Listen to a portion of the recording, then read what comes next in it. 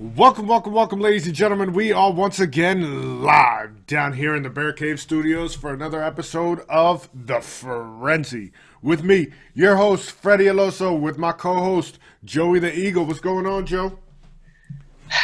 You know how it is, man. She got me up super early, like super early. I'm not playing. It's not really that early, but it's early enough for me to feel like I'm dead. I'm sorry. It's a little early. Listen, don't be sorry, doing man. things Again, different you're here in father of the year, so you're gonna run around with your family. the Bear Cave And I'm Studios. taking it. But this week, basically yesterday, March 29th, was our 1 year of the Sports Frenzy podcast. That it was. Yes, 1 year since we started. We have news on a giveaway. We're going to be giving away one of these sweet SFP shirts. I'll be posting later on today. You guys can check it out on the Instagram page, but I'll give you guys a little sneak peek. Subscribe to the YouTube channel right down here in the right-hand side. Like the Facebook post, or the Instagram post, sorry, not Facebook. Tag 2 friends in it, and you must do all 3 to be qualified for the t-shirt giveaway. Look at you. We will announce the winner next week on the Frenzy episode, so stay tuned for that. Maybe we'll even get Joey to rock his SFP shirt. Yo, bro, listen, I'm not even gonna lie. Listen, all right, hear me out, right? So you know I bought that before I went on my Mexico trip, right? Mm-hmm. I did wear it during the tournaments. You did see that. I brought back evidence, right? I'm not sure. I'm trying to blame. Hear me out. I ain't trying to blame the people that worked at that airport, but they look a little sketch, right? So your shirt is now missing, is what you're saying? I don't know. See, missing's very strong. Missing indicates it probably won't be found. I like to say I misplaced things. Got you. So we may have to place an order with one of our great sponsors who does our t-shirts, making custom designs for you to have your shirt. Yeah, but I want you to spin it in a positive. Like I loved it so much that I want to. You want to? Gotcha. I want to. Maybe we'll even come up with something for the draft night. Maybe. Nah, but you know I'm gonna have some Eagle stuff too, though, right? That's right. You're gonna have to have your Eagle stuff on. I got a whole bunch of man. I'm gonna say, you see that Bear Cave? It's gonna look completely different. I got flags I'm gonna be hanging up. You think I'm joking? Bring it on, man.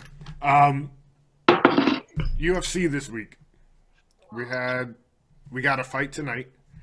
Gaethje versus Barbosa is the main event, and then you got Michelle the Karate Hottie Waterson. Sorry, I still laugh every time. Versus Carolina Kowalski. Listen, you know me. If it's more than 5 letters, I can't pronounce it. So I'm Ron Burgundy. Is how I feel pronouncing that name. Yeah, I'm not even sure how to pronounce it. Your guess is as good as mine, man. In that fight, I'm gonna have to take Michelle Waterson. I'm not sure if you got to catch the 30 for 30, or not 30 for 30, but like those E60s that they do on Sunday mornings. Nah, I've caught quite a few of them. If not, I probably can you get those on the ESPN app? I believe so. ESPN Plus. Shout out to them. Nah, they don't pay us. No shout outs to nobody. Nope. But they did a really cool little 15-minute segment on her and her daughter and family, and it was very interesting. She was one of the first UFC fighters to be a mom. Yeah, and they do a good job at that. Yeah, like when I watch a fight, especially like HBO when they do the boxing, mm-hmm. and they give you like the backstory on whoever's going to be fighting next. Yeah. Then you look at it, they become almost humanized. You don't look at them as just athletes beating the crap out of each other for whatever 10, 12 rounds. You start developing a rooting interest. So I think they do a good job with that, man. So I probably will try and catch it before the fight starts tonight. Yeah. And then we got Gaethje and Barbosa. Barbosa, to me, he seems like he's like the gatekeeper, if that makes sense, to the top, top 5 and to the title. Like you got to get by him to get in there. Yeah, I feel like every division has that guy, right? He's not good enough Yeah. to be considered a contender for the belt, but everyone makes a name by beating him. He's like the launching pad. Yep. You got to get by him to get in to that special club. That must suck. Yeah, that's got to suck. You're not allowed in our club. If you beat them, if they beat you, then they can. You're the doorman. Yeah. Yeah. And then we got some big news for the July 6th card. That's always UFC's one of their huge events. That's International Fight Week, as they call it. The main event on that card is going to be John Jones and Thiago Santos. Then we got Amanda Nunes versus Holly Holmes, Part 2. Then we got Masvidal and Askren that got announced this week. Yeah, that card's shaping up to be pretty good. And then we got heavy hitters, Junior Dos Santos versus Francis Ngannou. Oh, man. Yo, Francis hit you, you go to sleep, bro. Yep. It's going to be crazy. The one I want to see is Masvidal and Askren. They've been going back and forth on Instagram and Twitter and calling each other out. That's going to be interesting. Yo, like, I would love to know how much of that stuff is actually real in regards to, like, the beefs that they create. Like, some of these people, they got good marketing, teams behind them, and that, just to drum up interest.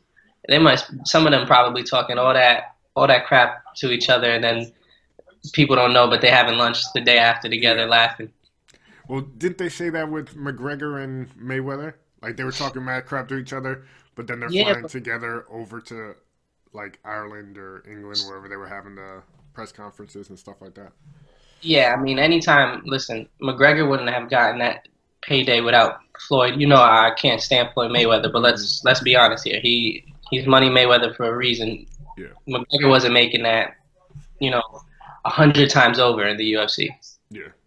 Speaking of McGregor, I'm retired yet not retired. I'm retired. You ain't retired, man. My thing, I brought this up, 2 weeks ago now on our wrestling podcast. I think he's going to show up at WrestleMania. New York City, there's a big female fight. She's an Irish fighter. Oh, Becky boy. Lynch. And they had gone back and forth on Twitter, like, saying, I got your back, whatever. Then Ronda Rousey brought in her husband into the UFC, into WWE. And my angle, the way I looked at it was, why are they going to bring this dude in if they're not going to bring somebody else to back this chick up? So, is WWE going to be like the retirement home for UFC fighters? Is that what we're going towards? I would not be surprised. They used to do it back in the day with Ken Shamrock and Dan Severn. And I did see Cain Velasquez just signed for, was it AAA in Mexico, which is their, like, WWE. He just signed to be a pro wrestler down there. So there is a lot of time, right? Yeah. I mean, I don't really blame McGregor for semi-retiring. Like, you could love to do something, but you got to realize fighting like that, with as brutal of a sport as that is, dude, you don't have a long. I mean, there are fighters that prolong their careers and fight for it seems like forever, but in the long run, you can't be putting your body through something that vigorous. You know what I'm saying? Like they're going to war every day, basically, because they're also doing this in the gym, like the stuff we don't see. Yeah, the sparring, the cutting weight. I know a lot of those fighters, they completely move away from their family because they got to get zoned in. Yeah. And he has a kid now. And when you got that amount of money coming in, are you really that motivated like you were before? I mean, people are going to say if you love the sport, but that's just strictly from a fan's perspective, right? Like, fans could sit there on the couch and watch it and say, man, I love this sport. But again, they don't know that daily grind. They don't know what it's like to feel like you got to wake up feeling like you got into a car accident. with a Waking up at fucking 5 a.m. to go on a 5 mile run to start getting your cardio yeah, working. like You know? like they people will be like, oh, but you only fight 3 times a year. Yeah, Dingleberry, but you gotta freaking get ready for those fights, and those camps are grueling, take forever. If you watch any type of documentary on like what they have to go through, and most of them do not fight anywhere near their walking weight, Yeah. as you know. Um, and so to me, man, it's the fight game's no joke, bro. I give crazy respect to anybody that's willing to put their body through all of that. Yeah, man. I agree with you. But let's move on. MLB. The season started Thursday. Well, it really started last week. They had Uh, those They two had a game in games. China, right? Yeah, Japan. It's the same. It's a little Whoa, whoa, racist. whoa, whoa, whoa! You crossing Oh, that, a bro? little Don't you do that? racist. Don't do that! Don't you do that? They gonna send somebody after you. I listen. For all those out there, I did not say that. That was Freddie. I can give you if you hit me up, follow me on Instagram, or follow this YouTube page. I will give you his address, and you guys can handle that. It was Japan, wasn't it? Now I don't even feel comfortable talking about this situation. Let's move on. All right. Man. We had that game, but the official start here Thursday, everything started popping off. Yankees started one game Pop it off. popping off. Luke Voigt sending stuff into deep center. My man got Popeye forearms. Did you see? Yo, he took that ball. I think it was like right here. Yeah. Bro, that ball hit him, and he was just like, put the bat down. I would have been in the fetal position. Like, thumb in mouth, whole nine. You would have needed to cart me off. He was just like, oh. Put some dirt on it. We're good. Like, and it's crazy because he's in a competition with, I mean, no, I know not right now because of all the injuries, but him and Bird, eventually they're going to have to make a decision. Yeah. I mean, God willing, because that means everyone came back healthy, with Hicks and Didi and all of them. But he had a monster first day. I think Bird he went like one. He hit a home run. Yeah, he went one was for later on in the game. 4. Yeah, I think he went 1 for 4. With an error as well. He had an error. Yeah, he went 1 for 4. And like as much as I want to give him credit for being able to get a home run in the first game, Voigt's was definitely more impactful. It was 0-0. Yeah. The season just got kicked off. Judge and Stanton did something that they never do, which is actually, well, Judge does it more than Stanton, but they actually hit a ball in play just to get on base. Yeah. And Judge, they coming into the season, Michael Kay and Judge sat down, and Judge actually said, he's like, listen, I've realized, which is, it always boggles my mind because, like, we all see him as, like, some mythological creature. Like, it's like the sea monster, the Yetis, and then, like, Judge. Like, release the Kraken. Yeah, exactly, right? And he's on the team too, but he sat with Michael Kay and he was like, listen, with 2 strikes, like, I'm going to kind of shorten my stride. Like, I'm not going to look to pull the ball as much. And everyone's looking at him like, dude, you don't got to pull the ball at all. Just hit the ball in any direction with as big and strong as you are and the way that the ball can fly out of Yankee Stadium. He's gonna get a whole bunch of home runs without having to pull it. And you saw his batting average increase last year. I think he's going to become even more dangerous now because I think they had a shift where basically every infielder minus the first baseman was on the other side of the field. Yeah. So all you can bunt it in that direction and you're going to get a base hit. Basically. So yeah, man. Yeah, so then we had that. We had, Harper make his debut in Philly. We had Machado make his debut out in San Diego. Trout, he had his first game out in Anaheim. I don't know if you saw that giant raspberry, the size of, probably a notepad on his shin. Nah, sliding into second base. It was insane, man. It was huge. Probably about this big. You guys who are listening in can't see it, but it's probably the size of a small notepad. He slid in, got it. His next at bat comes up. He's got it covered up under his sock, slides right on the same thing. So you see him take it off and just wiping the dirt out of it. Damn, that's gonna hurt later. Yeah, bro. That's no bueno. But you know what? What was his contract that he Yeah, just signed for? 430. 430. Bro, I don't hear it. He'll be all right. He'll be just fine. Yep, he ain't worried. All right, and then NBA. 7 games left in the season. This is like the dog days of summer because it's just like it's never ending to get us into the playoff push. But we have the MVP race. It seems now that it's just a 2-dog race. It's been kind of that for about a month, but these two have separated themselves. We got Giannis. Say his last name. Antetokounmpo. Oh, you just combined him and Dikembe Mutombo, but okay, continue. We got these two guys separating themselves. Best record in the East, points, all that stuff. Who do you have taking it? If I had to pick, and it doesn't mean I enjoy watching the brand of basketball that he puts out on the floor, not taking a shot. I'm just saying that, it's not the most enjoyable. I'm picking James Harden.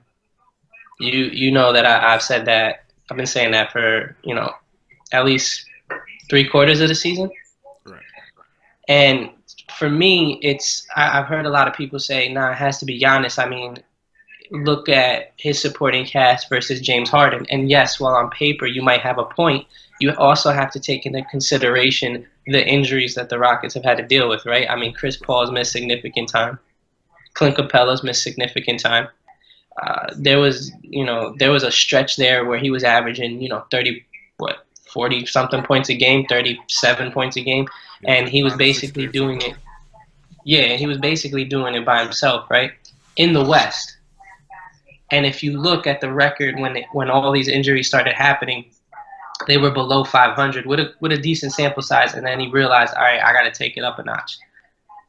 So for all those people that are saying, whatever, he was playing greedy, he was that's something he had to do. Right. He had to take over to keep his team afloat.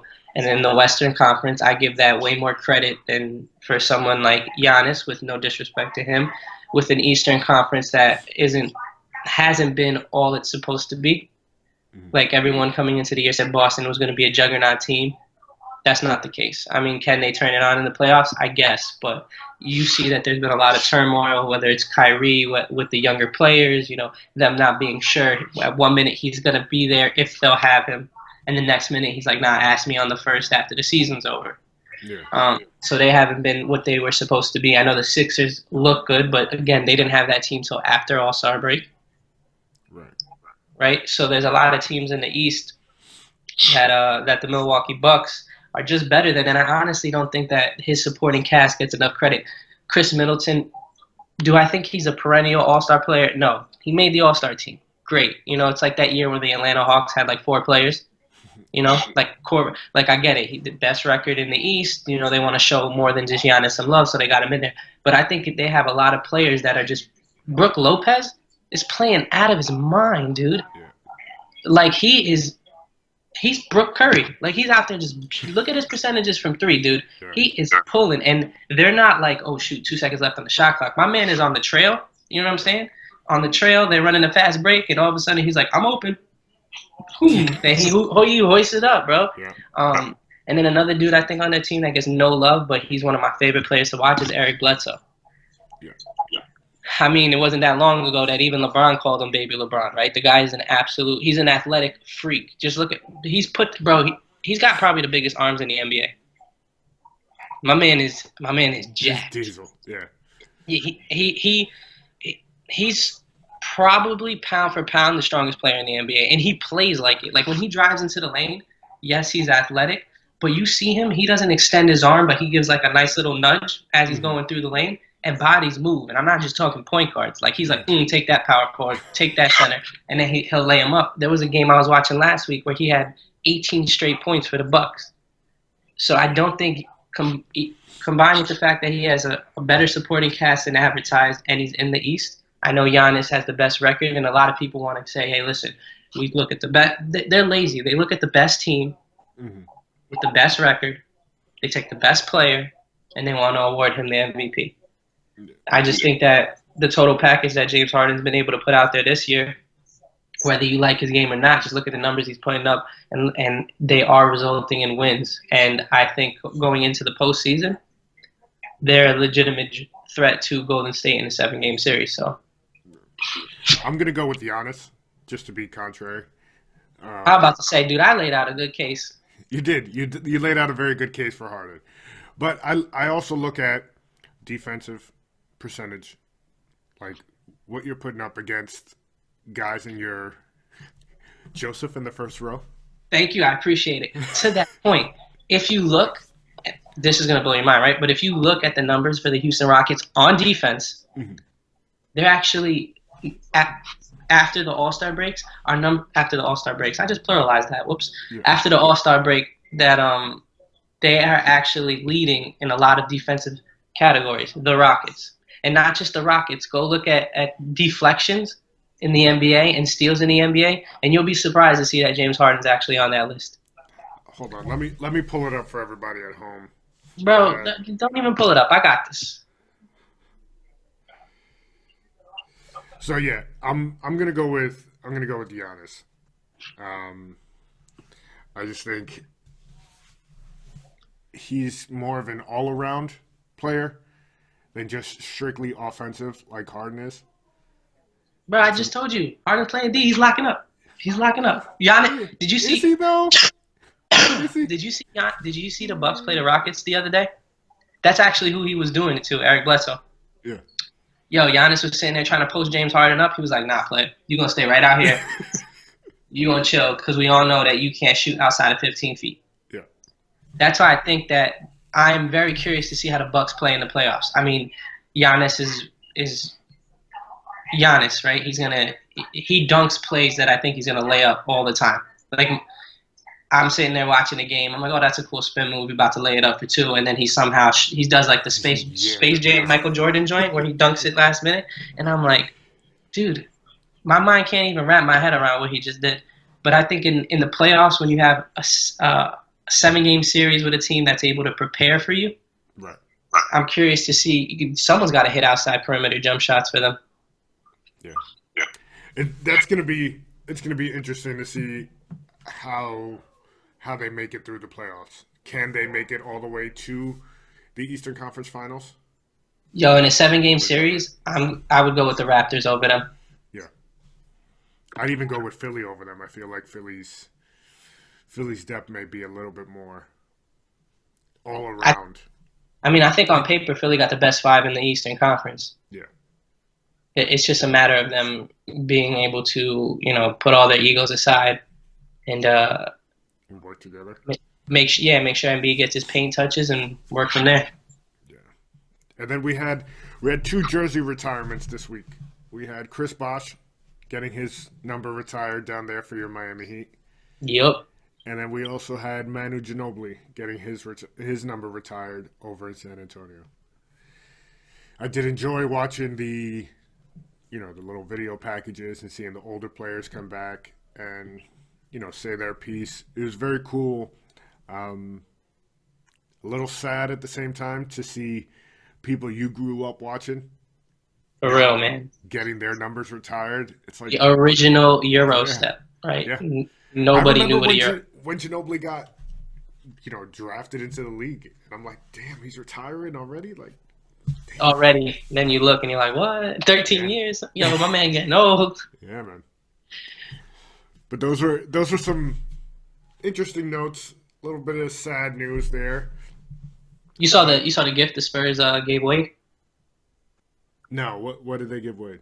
They gave him, if I'm not mistaken, I know it was 3 jerseys, and I'm like 99% sure it was Tim Duncan, Manu Ginobili, Tony Parker signed jerseys, which I thought was like a cool our legends, and they had some battles.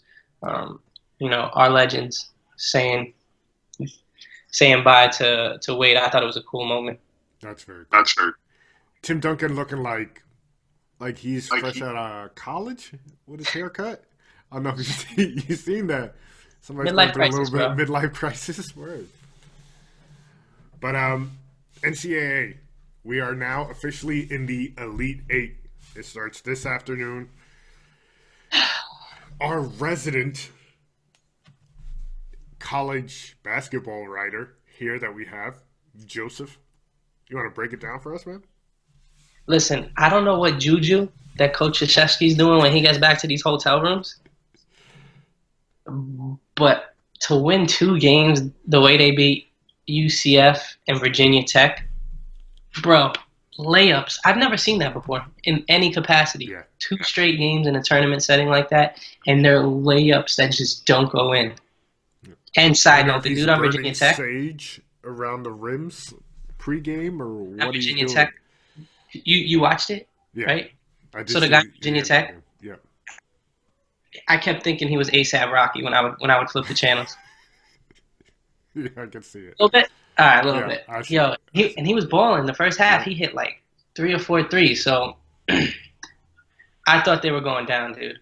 I really did. When I saw Cam Reddish out too, that's another thing you're gonna have to pay attention to. You know, I'm not the biggest Cam Reddish fan, but Right. he is the only player that can consistently.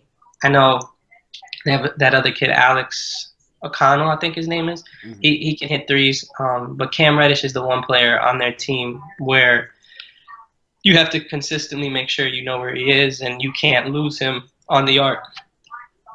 So if Cam Reddish is unable to go for the rest of the tournament, that's something that's going to really damage Duke and what they're going to be able to do. Uh, I watched Michigan State put on a clinic yesterday. Yeah. Yeah, Michigan State put on a clinic. I know Kentucky's game was super close. And then you got Gonzaga also advancing. So I think it's setting up to be a good Elite Eight / Final Four, right? Yeah. I mean, everybody says they want upsets, but do you really? Like, you want upsets in like the first couple rounds of teams that aren't. Maybe you want one heavyweight to go down, right? Yeah. But you can't tell me anybody's gonna get excited from, I don't know, we'll say Houston, Virginia Tech in the final. And I'm not taking shots at those 2 programs. Obviously, they have really good years. But the point is you, as much as I didn't pick Duke in my bracket because everyone, like yourself, picked them to win it. You want to see at the end, the 2 teams that are quote unquote the best in the game match up. I mean, North Carolina lost. Yeah. So I had them going to the championship game against Duke in my bracket, yeah, so that side got a little busted. a lot of people did, right? So Auburn came out, and Auburn looks like the real deal. Their backcourt is amazing, and they shoot the 3 ball. But they had a huge injury last night. They did, and Okay, I felt really bad for the I kid. believe his name. Yeah, he was. I think he had 20 and 11 before Yeah. he got injured. So I'm hoping that it was more a scare than anything else. Yeah. Maybe he it's has maybe an it's MRI today, so I doubt he'll be able to play against Kentucky. Yeah, I think it's a wrap. I hate to say that, but I've seen that's happened to me too. And let me tell you something. It's painful. It's super scary because you can't move your knee, and you can't put any pressure on it. So hopefully the kid can come back. If not, that's going to be a major blow to them. I know they have somewhat of a deep roster, though, deep rotation. So we'll see if they'll be able to play through it. I just don't want to see Kentucky make it to the Final Four because we've got some coworkers that won't let us hear the end of it come Monday morning. Yeah, that was like I said, that was another close game. Yeah, I think it was a 2-point game. No, I think they won by like 10. Did they? Felt like a 2-point game. I don't know. I was sleeping, to be honest with you. I watched it this morning. 4-point, 58-62. See? 2 is closer than 10. I don't know what she was at. Yeah. I guess so. Our bread and butter, Joe. What we love, what we ride or die with. NFL. Never an off season, as we always say. 365, 24/7, IV bag. Yeah. The biggest news this week coming out of the NFL was the big man, number 87, up in Foxborough, retiring. Yeah. I know you've got some people close to you a little sad about that news. Yep. There was a lot of all black being worn. In mourning, yeah. Yeah, in mourning of this recent news. I think it's interesting that his agent, power agent Drew Rosenhaus, I feel like he represents like 90. Yo, he banking it, bro. He Yeah. represents everybody. Yeah. I All ran right. into him at the Canes game, Canes versus Wisconsin at Yankee Stadium. You saw him there? Yeah, he was probably like second row in my section. Yeah, he's picking him out early. Yeah. Like, I want him. He was I'm gonna on, like, represent this guy. him. He was on the He look- Miami side, so that may tell you a little something, something right there. So Gronk retires, and as much as people, and is it a big deal? Yes. But if you watch last year, and I'm talking about as a total package, right? Gronk's not Gronk anymore. No. Does that still doesn't mean that he's still an amazing player, because he's probably the best blocking tight end in the NFL along with everything else he does, right? Yeah. But what I'm saying is he was no longer that person that could just take over games, right? Mhm. But the two biggest catches in the playoffs for the Patriots to get to the Super Bowl went right to Gronk, And to win the Super Bowl as well. Yeah. So he's capable of still making the big play, but I think he knows and he felt that, all right, I want to go out on top, right? I don't want to have one of those years where I look like an average tight end or not the best tight end in the NFL. And I think he's at that point now where I mean, he looks like Iron Man when he goes out there. He's got braces in places I've never even seen. You know what I'm saying? So the dude puts his body through a lot. You've never seen him go out of bounds or go down early.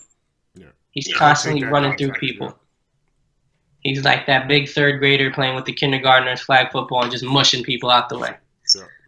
So he takes a lot of wear and tear on his body. But I will say, after a couple months, he's sitting down, watching them on TV. Body's Says, "Hey, feeling better. could have made that play. Oh, snap, my arm full range of motion now." And Tom Brady hits him up and goes, "Yo, man, let's go with this playoff run." I need some help. Tom Brady about to go over there with Bill Belichick, a.k.a. Yoda. They're going to wave their hand like this in front of his face. He will play in the playoffs, and he's going to suit up and play, man. I think it was interesting that Rosenhaus came out and said, there's a possibility he might come back. I don't think he drops that nugget. I think it's a huge loss for them. Like that's Without a doubt. To me, that's Brady's security blanket. When he needs a big play and he needs something to happen, he's going Gronk. Whether he's double, triple covered down the field, he's gonna come down with that rock. Well, this is, to your point, this is the first sign of the evil empire. I know that's the Yankees slogan, but for football, let's call it what it is. A lot of people don't like them because they win a lot, right? This is, to me, the first sign, that they're coming to the end of what's been probably, if not one of the greatest runs in the NFL as far as from team success. But I think there's really only 3 people in that whole organization that they couldn't live without, but it would be extremely hard for them. And Gronk's one of them, right? It's Gronk, Brady, and Belichick. Give them anything else you want, and Belichick's a mad genius. He'll make it work. But I do think the loss of Gronk is the first sign that, okay, eventually, this train's going to stop, and we're going to need to figure out what we're going to do afterwards. Yeah. Would not be surprised to see them pick up one of the top tight ends this Well, year. they already changed one of their mock drafts as far as they had. What the hell did they have? They had the Patriots taking some lineman, and then as soon as he retired, they had them taking Irv Smith from Alabama, the tight end. So I could definitely see them reaching in for tight end early. Yeah, and the Patriots with all those picks, they could always move up and grab somebody if they feel like they're going to fall off the board. Yeah, they do a good job of maneuvering the draft, right? I feel like every couple years you see the Patriots trade down. I feel like a lot of the times, right? Like Yeah. they trade down, gain an extra second, and then they do it again 2 years later, and before you know it, like four or 5 years down the line, they got like 17 second-round picks, Yeah. and you're You're like, like, what? dude, how do they How are have you still 10, on the like clock? seven of the Yeah. top 55 selections? Yeah. It's true, man. Um, the AAF, the American Football Alliance, is in perils. Like they may fold if they don't get support from the players' union. I didn't think this was going to be the league that really survived. I think the one that has a good chance is going to be the XFL coming out next year. This one seemed a little rushed to me. Like, oh, okay, we're all of a sudden going to make teams and we're going to make this happen, but they're having some issues. I think the All right. XFL can make it happen next year. They may be able to survive a little bit more than their first run. So I think my major problem with the AFL, right? Yeah, AAF, There's an A. extra A in there, whatever, Yeah, triple A. So my biggest issue with this league, right, is they're trying to be, and they've come out and said it. They kind of want to be like the G League is for the NBA, yeah, right? First of all, if that's your main sticking point, and you don't already have backing from the NFLPA before your league kicks off, that makes no sense to me. you're doomed. Yep. So their whole philosophy, I guess, was to prove to them, the NFL, that they can make a successful league and then be like, yo, y'all want in? Yeah. Right? The NFL is not going to operate like that. You should have tried to get them on board before this league even kicked off. Yeah. You know what I'm saying? Because the NFL is not dumb. They know. They're like, listen, they want to prove themselves to us. Fine. Well, we don't have to give them any money, any backing, any time. And if they do create players for us, cool. If not, it's no skin. We got no skin in the game. Yeah. I think my other big problem with them creating this league, okay, so the G League, there's a lot of basketball players that come out early from college, right? Mm-hmm. Or don't go to college, playing overseas. They play 1 year of overseas, and then they join the NBA. They're still kids. Yeah. For college football, it's a minimum 3 years. 3 years. Yes, sir. So they don't need a developmental league. They just don't.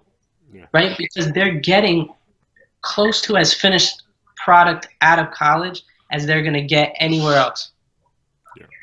Whereas in the NBA, you're still getting a kid a year removed, right? So you still have that 2 year window, minimum 2 year window, where you can then allow them to develop and then move on to the NBA affiliate team. Again, the NFL doesn't need that. College is doing it for them. Yeah. Getting these players ready. You know, how many players do in the NBA, right? After the first 10 picks in a loaded draft, after the first 10 picks, you're getting players in the first round that you hope can contribute either now or you can stash overseas. In the NFL, that's not how it works. Yeah. Everybody's starting. In the first round, you're drafting starters. The second round, you're drafting starters. The third round, you're drafting starters. It isn't until you hit, dude. Even in the fifth round, you can get some really good value. Yeah. Right? But I want to say the fifth round is the first round where you're like, okay, I'm drafting this guy and hopefully he can develop into a starter. But even then, he's still a solid backup. Yeah. So I just feel like they tried to create a niche for themselves, and I give them credit for doing it, that really wasn't needed or there in the first place to create. Yeah. I feel like to your point, I feel like if the XFL does it correctly, from what they're talking and the way they want to do things, they may kind of wash out some of these smaller D1 schools and become that kind of like developmental, but still have players that can go. If that makes sense. You know, I feel like they may be the one, because they've been through this already, right? They did this a few years back, early 2000s. Vince McMahon had his XFL 1 year thing, like the AAF or whatever it is. It was wild enough. Yeah. So now he's taking it more seriously. He already knows how he failed the first time. And as a wrestling fan, I've never seen Vince fail on a big venture more than once. And not to mention, they're not going to have to worry about funding. This guy, He's got this, money out the wazoo. yeah, So this guy's loaded. So there's no he's the one funding the whole thing. So exactly. So it's not like and money follows money. The dude's got friends that have deep pockets too. one So of his good friends is sitting at in a big white house in Washington D.C. So does he deserve that chair? that's Is that's that up for that's debate? a conversation for a different podcast. Yeah, we'll leave that up for debate. But Then your Eagles, man, big yes, move this week. Broken to you by yours truly. okay, I'll give you credit. I was lackadaisical watching some TV, and you hit me up. You're right. You're welcome. Uh, Jordan Howard to the Eagles. Yeah, man. That's a big pickup for you guys. You guys didn't really have a stud running back Yeah. or a healthy stud running back going in, so that's a big plus for you guys. So your offense is basically set going into this season. It's just the defensive side of the ball where you guys are going to be looking for some help in the draft. Yeah, but I think it allows us to do basically whatever we want in the draft, right? We're not going to have to go reach for a position of quote unquote need. Right. I still think there's some holes that need to be fixed. I'm dying for them to go heavy offensive line because on paper it does look like we have a solid offensive line. Jason Kels and the boys holding it down, but Jason Peters ain't getting any younger. He's missed a lot of time last year, and the year before that when they did win the Super Bowl, he wasn't playing in it. I don't know how much I trust Big V. I know Isaac Sayamalu at guard started playing better, but he got off to a rough start, and people fail to realize that Brandon Brooks is not going to be ready at the beginning of the season. Right. Our guard, he tore his Achilles, and that injury is tough to come back from. So I don't know what he's going to look like this year. And teams have shown it time and time again. You can have all the shiny toys, right? Like it's cool to have two top tight ends in Goddard and Ertz, receivers galore with, you got Jeffries, you got Deshaun Jackson, you got Nelson Aguilar, you got Mac Hollins, who his rookie year looked like he was going to be a good wide receiver, couldn't stay healthy last year. Right. But Wentz needs time. You don't want him running around for his life. He's got to show us that he can stay healthy. As much as I love the way he plays the game, he needs to stay healthy. You can't keep getting injured. You don't have Foles in the back now, to lean upon. Yeah. Which is why when I saw some people, a lot of the experts thought it was a good move, but there was people that I was reading that were like, oh, it's not a big deal. Don't get it twisted. Howard might not be, a home run hitter, but since his rookie season, he's had the third most rushing yards in the NFL behind Todd Gurley and Zeke Elliott, right? Yeah. So you're getting somebody yards, 3,500, yeah. Something like that. So you're getting somebody that has to that the defense is going to have to respect, and this doesn't take them out of the running for drafting another running back. Yeah. Somewhere in the draft, more of a home run hitter if Sproles doesn't come back, and even if he does, he's another one that's getting old, and they're going to have to find a replacement for him. And we gave up a 6th-round pick for him, which if it is a 1-year rental and he signs a big contract somewhere else, we're probably going to get, a compensatory pick the following year. So what did we really give up for a back that's, I think he came no more than 20 yards off of rushing for another 1,000-yard season. Yeah. And that's sharing a lot of the time with Tariq Cohen. It gets cold up in Philly. So playoff game when you're going to need to run the rock, 15, 20 times. To me, he's going to have the same impact that LeGarrette Blount had when he first came over.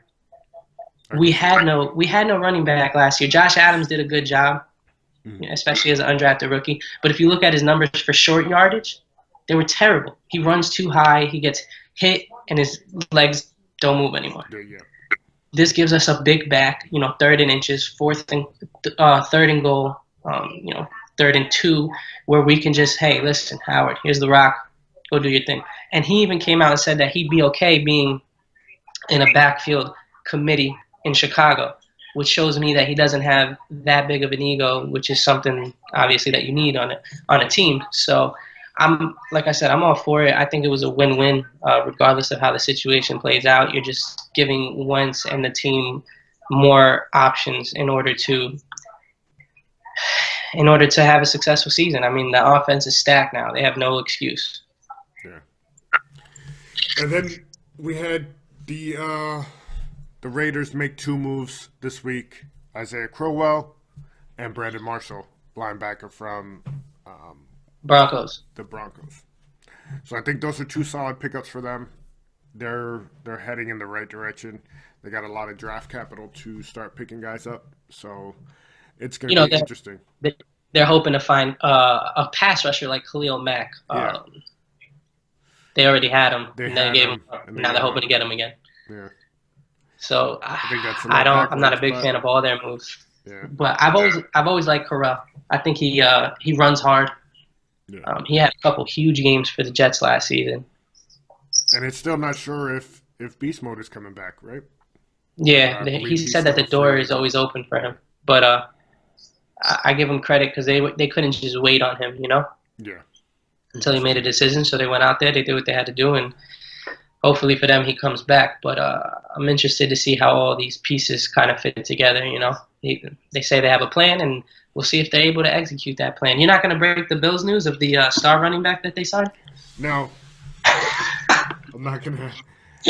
We picked up Perry from the Dolphins. It's not huge news, but it's some news. Oh, man, you know I had to throw a shot in. With that, that's our episode for this week. Guys, tune in. Get in on this giveaway for these new shirts. It's got all the Sports Frenzy info on the back, so you guys can rock it out there. Free t-shirt giveaway. Subscribe to the YouTube channel.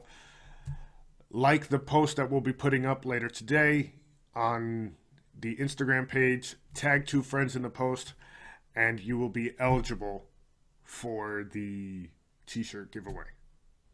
So you'll get your new shirt when Joe gets his. I'm gonna find it. All right, calm down there, Tiger. We'll be fine. I'm gonna find it. So guys, go to the website www.thesportsfrenzypodcast.com. It's got links for all our products, all our stuff, all our content. The YouTube channel, which you guys may be watching this on. Thank you for making custom designs, who does our shirts, and will be helping us with this giveaway. And follow Joe on his page, Joseph A. Osuna. He's tagged in the post for each episode. Follow his articles on TSJ Sports. And we'll catch you guys next week. Peace.